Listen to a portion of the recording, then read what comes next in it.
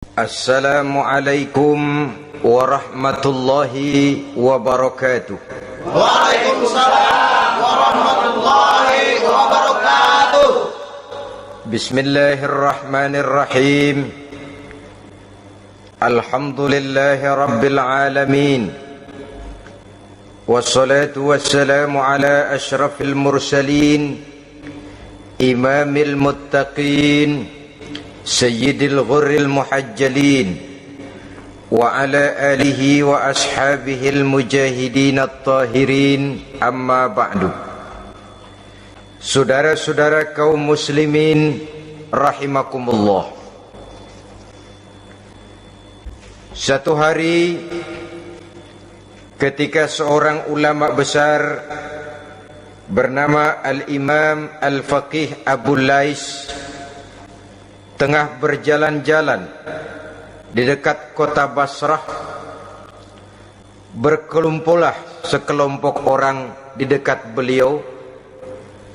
Mereka datang mengajukan satu pertanyaan. Imam, kami ingin bertanya. Di dalam Al-Quran itu Allah Subhanahu wa ta'ala menjelaskan, Ud'uni astajib lakum. Berdoalah kepadaku, aku akan jawab doamu. Mintalah kepadaku, aku kabulkan permintaanmu. Itu dan begitu janji Allah di dalam Al-Quran.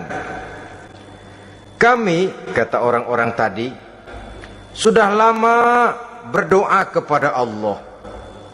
Tapi kenapa sampai sekarang doa kami ini belum dikabulkan? Katanya, ud'uni astajib lakum. Kalau kamu berdoa, aku jawab, aku penuhi, aku kabulkan doamu. Itu janji Allah. Kami sudah lama berdoa pagi, sore, siang, malam. Nyatanya sampai sekarang doa kami belum dikabulkan. Ini bagaimana? Apa ayat Quran salah? Apa Tuhan lagi lempengan nggak denger?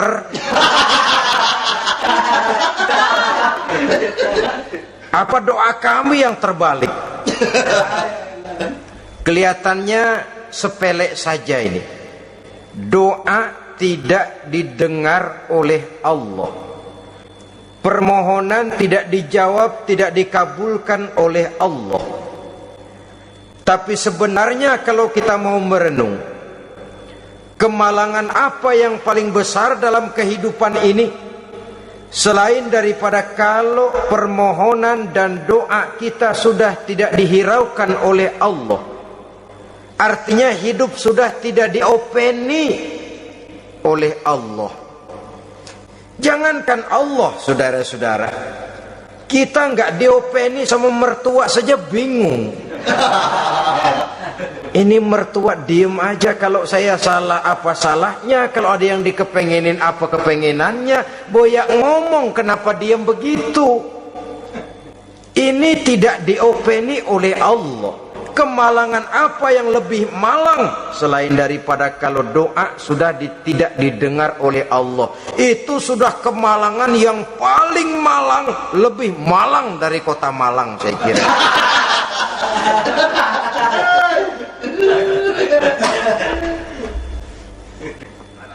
Menghadapi pertanyaan ini, Imam Al-Faqih Abu Lais senyum. Lalu beliau berkata, tuan-tuan, tahu kenapa doa tuan-tuan tidak dijawab, permohonan tidak dikabulkan? Allah sudah tidak memperdulikan tuan-tuan ini. Kami tidak tahu, Imam, maka kami bertanya. Begini, hati tuan-tuan itu mati. Dari hati yang mati, channel tidak nyambung kepada Allah. Dari channel yang putus tidak ada getaran strom, bagaimana akan timbul gejala? Hatimu mati, jadi pantas kalau doa tidak dikabulkan, permohonan tidak dipenuhi, doa tidak terjawab, hatimu mati. Saudara-saudara kaum muslimin, dari hati yang mati ini getaran tidak akan sampai ke hadratullah azza wa jalla. Nah, ini juga satu penyakit yang kita sangat khawatirkan, yaitu apabila hati kita sudah mati selagi jasad masih hidup. Artinya jadilah kita bangkai berjalan di hadapan Allah subhanahu wa ta'ala. Sementara kita sangat disibukkan dengan menggali berbagai macam jenis obat penangkal penyakit zahir, dan kita kurang perhatian untuk mencari obat penangkal penyakit batin yang kalau diserang penyakitnya menghancurkan kehidupan abadi di akhirat nanti. Perkembangan ilmu kedokteran nyata benar diikuti dengan perkembangan jenis-jenis penyakit. Makin maju ilmu kedokteran, makin modern penyakit. Ngerti juga rupanya itu penyakit. Dulu kita tidak kenal yang namanya AIDS, kita tidak tahu yang namanya liver, kita tidak kenal yang namanya stres. Paling yang banyak cika, masuk angin, dan sebagainya. Tapi baiklah, penyakit-penyakit batin yang menyebabkan hati menjadi mati, dan dari hati yang mati doa tidak naik, tidak didengarkan oleh Allah subhanahu wa ta'ala. Nah, kata orang-orang tadi, yang menyebabkan hati kami mati ini apa, Imam? Beliau menjawab, pertama, araftumullaha wa lam tu'tuhu haqqahu. Yang menyebabkan hatimu jadi mati, pertama, kamu kenal benar kepada Allah, tapi haknya untuk disembah, kewajibanmu untuk menyembah, tidak pernah kamu laksanakan. Bagaimana Allah tidak akan jauh dari kita kalau kita tidak akan mengadakan pendekatan kepadanya? Dan pendekatan kepada Allah hanya bisa kita tempuh melalui jalur kegiatan ritual ibadah. Allah akan terlalu jauh apabila kita hanya membicarakannya lewat filsafat dan renungan yang mendalam. Tapi Allah akan dekat dan terasa hadir dalam hidup apabila kita dekati Ia dengan pelaksanaan ibadah kepadanya. Kamu kenal Allah, tapi hakmu untuk menyembah, kewajibanmu untuk menyembah, haknya untuk disembah, tidak pernah kamu laksanakan. Kalau soal Allah kita kenal bukan main. Bahkan tidak hanya kita mengajarkan kenal juga kepada anak-anak kita. Kalau ditanya siapa pencipta matahari, bulan dan bintang? Allah. Siapa pencipta lautan, gunung, hutan belantara dan sungai-sungai? Allah. Siapa pencipta bumi, matahari dan sebagainya? Allah. Sembahyang apa enggak? Bagaimana nanti?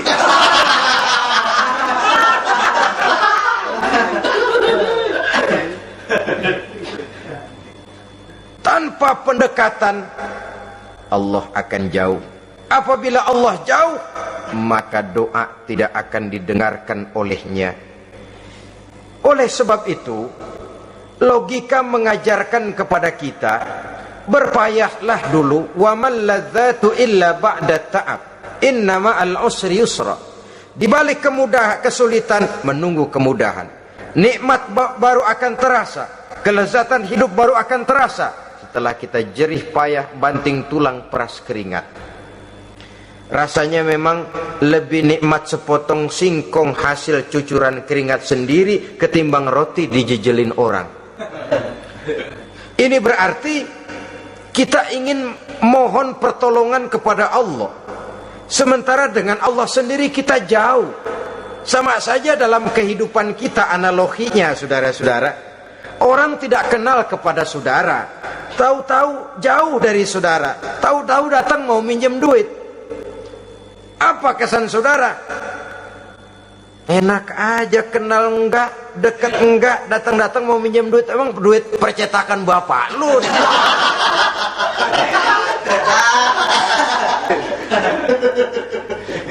Sedangkan yang kita kenal, sedangkan yang kita bertemu tiap hari, sedangkan yang sering datang ke tempat kita, kalau satu saat dia pinjam duit, toh kita kadang-kadang masih mikir, Apalagi datang nggak pernah, berkunjung nggak pernah, ngobrol nggak pernah, apalagi kenal juga nggak pernah, datang-datang mau minta. Macam apa? Datang nemuin Tuhan setahun 2 kali, Idul Fitri doang sama Idul Adha. Doa cerewet banget, apa aja diminta. Saudara hadirin, bagaimana doa akan kabul, permohonan akan dijawab jikalau kita jauh dari Allah, kita kenal Allah, haknya untuk disembah, kewajibannya untuk menyembah, tidak pernah kita laksanakan. Itu yang menyebabkan hati kita lalu menjadi mati. Padahal mengenal Allah, setelah mengenalnya, mengadakan pendekatan kepadanya melalui ritual ibadah yang dicontohkan oleh Rasulullah Sallallahu Alaihi Wasallam. Ini hal pertama yang menyebabkan hati jadi mati. Kamu terlalu kenal Allah tapi tidak pernah menyembah kepadanya. Sama aja orang kerja kagak, habis bulan mau minta gaji. Karena kita jitak palanya. Macam apa? Kerja enggak, tahu-tahu datang mau minta gaji. Kerja dulu yang baik, habis bulan baru enggak diminta pun memang sudah ada jatahnya. Ibadah dulu kita kepada Allah. Soal Allah memberikan karunia kepada kita, itu hak Allah. Apabila kita dekat dengannya, ibadah yang kita laksanakan benar, karunia itu akan datang kepada kita. Saudara-saudara, yang kedua yang menyebabkan hati jadi mati, qara'tumul Quran walam ta'malu bih. Kamu baca Al-Quran tapi ajarannya tidak pernah kamu amalkan. Kamu baca Quran tapi isinya kamu injak-injak. Sehingga ada peringatan dari Rasul Sallallahu Alaihi Wasallam. Beliau bersabda, "Iza azzamat ummatid dunya wa fi riwayatin dinaron wa dirhaman nuzi'at minha haibatul Islam. Wa iza turikatil amru bil ma'rufi wan nahyu 'anil munkari hurimat 'alaihim barakatul wahyi. Wa iza tasabat ummati saqatat min ainillah." 3 peringatan keras tapi yang merupakan gejala penyakit kita umat Islam diperingatkan oleh Nabi kita. Pertama, iza azzamat ummatid dunya. Apabila umatku telah terlalu mengagung-agungkan dunia, apabila umatku telah jatuh menjadi umat yang materialistis, segalanya diukur dari sudut keduniaan saja, nuzi'at minha haibatul Islam, maka akan dicabutlah dari mereka kehebatan agama Islam. Hilang kehebatan Islam apabila kita jatuh menjadi umat pengagung dunia, penyembah materi. Nilai kita, keberadaan kita tidak dihargai orang lain. Orang memandang kita remeh saja. Orang Islam gak ada apa-apanya, bayar aja, bisa dibeli, bisa diatur, bisa dikerjain, garap saja. Nuzi'at minha haibatul Islam, hilang dari mereka kehebatan Islam ini. Kenapa? Mereka telah mengagungkan dunia dan menjadikannya sebagai tujuan. Padahal dunia cuma alat, materi cuma alat, harta cuma alat. Yang kedua, wa iza turikatil amru bil ma'rufi wan nahyu 'anil munkari hurimat 'alaihim barakatul wahyi. Apabila telah ditinggalkan amar ma'ruf dan nahi munkar, maka hilanglah keberkahan wahyu. Ini yang ada hubungannya dengan masalah kita. Kita baca Quran, kita tidak amalkan isinya. Bagaimana hati tidak jadi mati? Amar ma'ruf dan nahi munkar ditinggalkan orang, hilang keberkahan wahyu. Pada saat itu boleh jadi Quran ada, tapi cuma tinggal tulisan saja. Islam ada, cuma tinggal sekedar nama saja. Diseminarkan, disimposiumkan, dimuktamarkan, tapi tidak dijabarkan dalam kehidupan sehari-hari. Apabila amar ma'ruf dan nahi munkar telah ditinggalkan orang, hilang keberkahan Quran itu. Akibatnya apa? Apabila amar ma'ruf tidak lagi digalakkan orang, nahi munkar tidak dilaksanakan orang, lalu orang menilai sesuatu menurut seleranya sendiri. Mana yang ma'ruf, mana yang munkar, tidak ada lagi patokan utama. Kalau baik kata otaknya, dia kerjakan. Tidak baik menurut otaknya, dia tinggalkan. Agamanya adalah otak, berhalanya adalah akal. Akhirnya umat kehilangan pedoman. Tidak lagi jelas mana batas yang ma'ruf, mana batas yang munkar. Dalam kondisi sedemikian, akhirnya akan terjadi penjungkiran nilai. Paling celaka nantinya, yang ma'ruf malah dianggap munkar, yang munkar malah menjadi ma'ruf. Peringatan ketiga dari Nabi, wa iza tasabat ummati saqatat min ainillah. Apabila umatku sudah saling berbantahan, apabila umatku sudah saling caci memaki, saqatat min ainillah, jatuhlah mereka dalam pandangan Allah Subhanahu wa taala. Hilang wibawa umat yang sudah saling mencaci maki, saling menjatuhkan, saling gasak, gesek, gosok.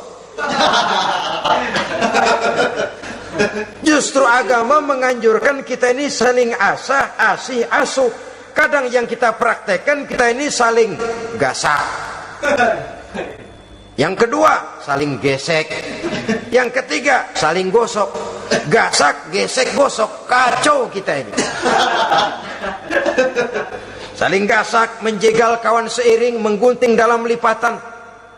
Saling gosok, fitnah sana, fitnah sini.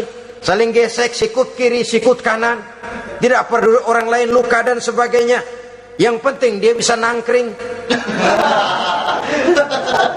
Jatuh kita dalam pandangan Allah apabila umat sudah saling mencaci maki. Maka kita kembali kepada persoalan hal kedua yang menyebabkan hati jadi mati, qara'tumul Qur'an walam ta'malu bih. Kita baca Al-Qur'an tapi ajarannya nyaris tidak kita amalkan di dalam kehidupan kita. Akibatnya hati lalu jadi mati. Itu yang kedua. Yang ketiga yang menyebabkan hati jadi mati dan doa tidak terjawab, idda'aitum annakum min ummati Muhammadin sallallahu alaihi wasallam wa lam ta'malu bi sunnatihi. Kamu mengaku, kamu memproklamirkan diri sebagai umatnya Nabi Muhammad, tapi sunnahnya tidak pernah kamu amalkan. Malahan perkembangan paling akhir, bukan saja tidak mau mengamalkan sunnah, malah mengingkari sunnah. Inna lillahi wa inna ilaihi raji'un. Oh, Nabi Muhammad itu manusia biasa seperti kita. Sebagai manusia dia bisa salah. Dan ternyata hadis banyak yang palsu. Yang otentik cuma Quran, selebihnya adalah sejarah. Tidak ada itu sunnah, langsung saja kepada Quran. Oh, hadis itu bukan sumber hukum. Oh, tidak perlu mengamalkan sunnah. Saudara-saudara kaum muslimin, mengaku kita umat Nabi, tapi sunnahnya kita campakkan, tidak kita amalkan. Setelah tidak kita amalkan, kita campakkan. Setelah kita campakkan, kita ingkari pula. Inna lillahi wa inna ilaihi raji'un. Bagaimana hati tidak jadi mati? Kalau siang malam kita memproklamirkan diri sebagai umat Nabi Muhammad, sementara sunnahnya kita campakkan, kita abaikan, dan kita ingkari dia sunnah itu.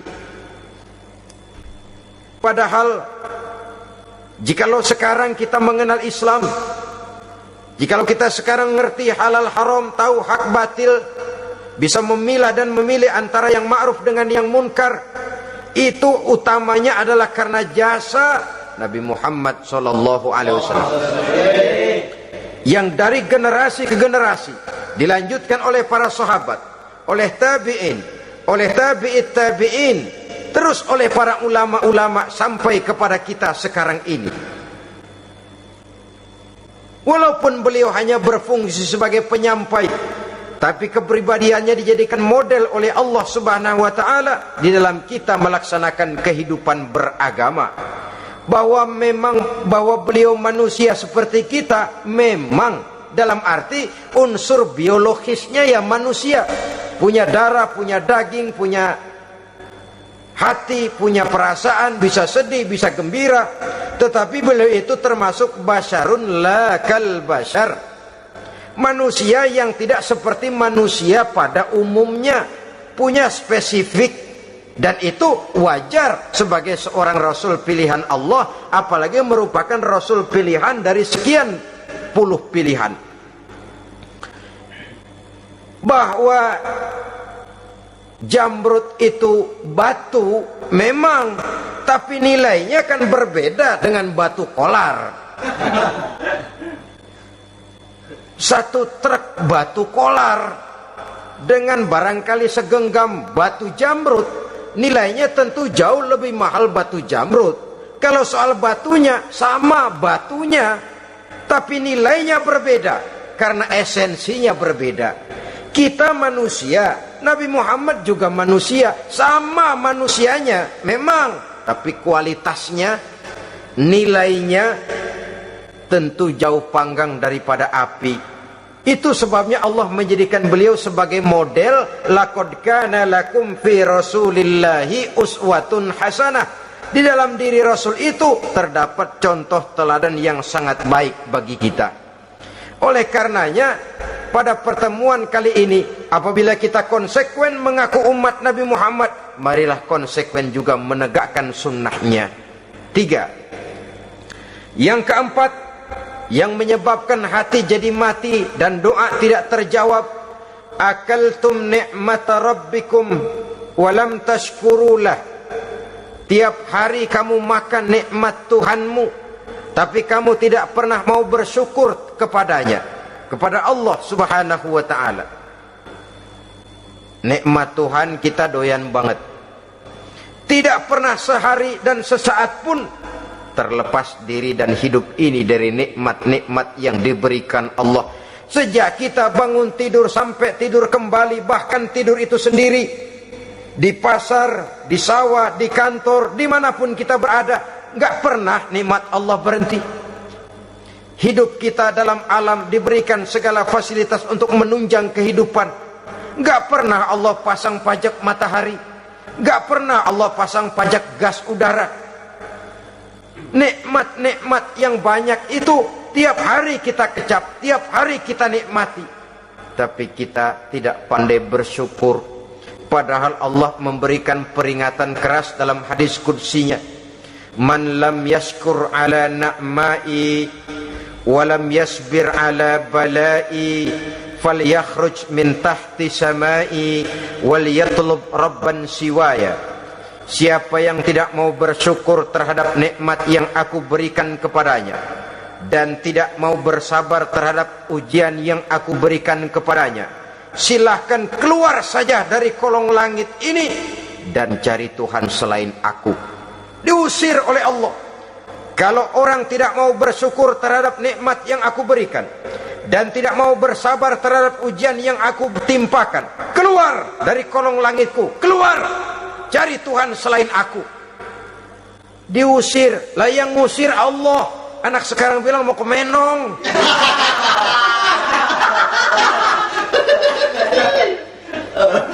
Kalau diusir kita dari Jakarta, masih bisa pindah ke Bandung.